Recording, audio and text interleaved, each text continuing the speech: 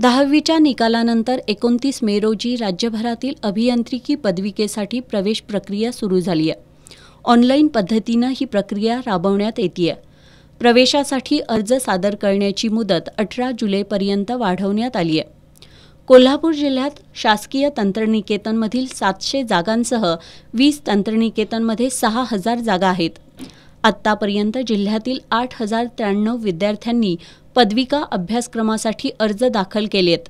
यामध्ये शासकीय तंत्रनिकेतनसाठीच्या 1012 अर्जांचा समावेश आहे. 25 जुलैला अर्ज दाखल केलेल्या विद्यार्थ्यांची अंतिम गुणवत्ता यादी प्रसिद्ध करून पहिल्या फेरीतील प्रवेशांना सुरुवात करण्यात येणार आहे. 26 जुलै ते 29 जुलै ऑप्शन फॉर्म भरणं, 31 जुलैला जागा वाटप प्रसिद्ध करणं, तर 1 ऑगस्ट ते 6 ऑगस्ट रोजी ज्या संस्थेत प्रवेश मिळाला त्या संस्थेत जाऊन आवश्यक ती कागदपत्र आणि प्रवेश फी भरून प्रवेश निश्चित करणं, अशा पद्धतीनं प्रवेश प्रक्रिया राबवली जाणार आहे. त्यानंतर दुसऱ्या आणि तिसऱ्या फेरीतील प्रवेश याच पद्धतीनं निश्चित केले जाणार आहेत.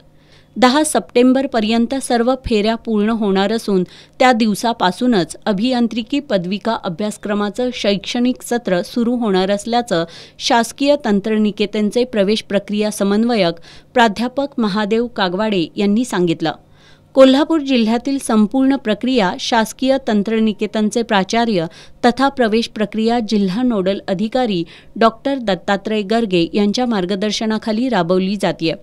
सध्या अनेक विद्यार्थी आणि पालक शासकीय तंत्रनिकेतनला भेट देऊन प्रवेश प्रक्रियेची आणि अभ्यासक्रमांची माहिती घेत आहेत.